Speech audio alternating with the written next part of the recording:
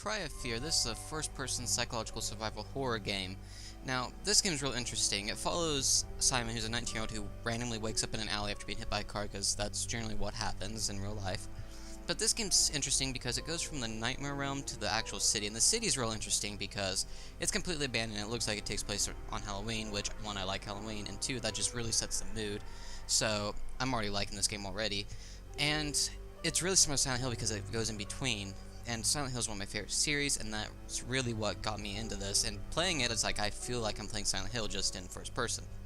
Now, what's interesting about this game is that you can dual wield inventory items, so you can use 2 weapons at a time or 1 weapon and the light source, which is generally going to be your phone. That's your light source, and you get text on it, so that's real interesting about that.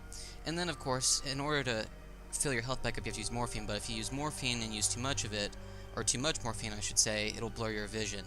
Now, this game, like I said, the mood's really set for it. I mean, it's kind of dark, it's gritty, and of course it's a little older, so that might help a little bit, because the graphics aren't up to par these days. For me, it'd be interesting if it was redone with more up-to-date graphics.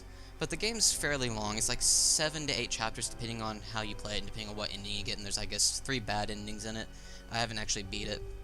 And of course, there's some psychological things, obviously, since psychological horror. I remember in the beginning, I was taking pictures with a camera, and just out of nowhere, this face just popped up, and just... I probably swallowed myself after that.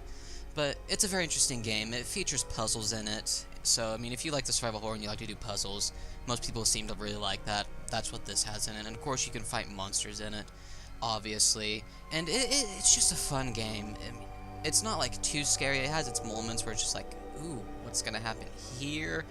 And of course it has voice acting. The voice acting's not the best, but I mean, it's there. And it's just a fun game. I would highly recommend it, especially if you liked Silent Hill.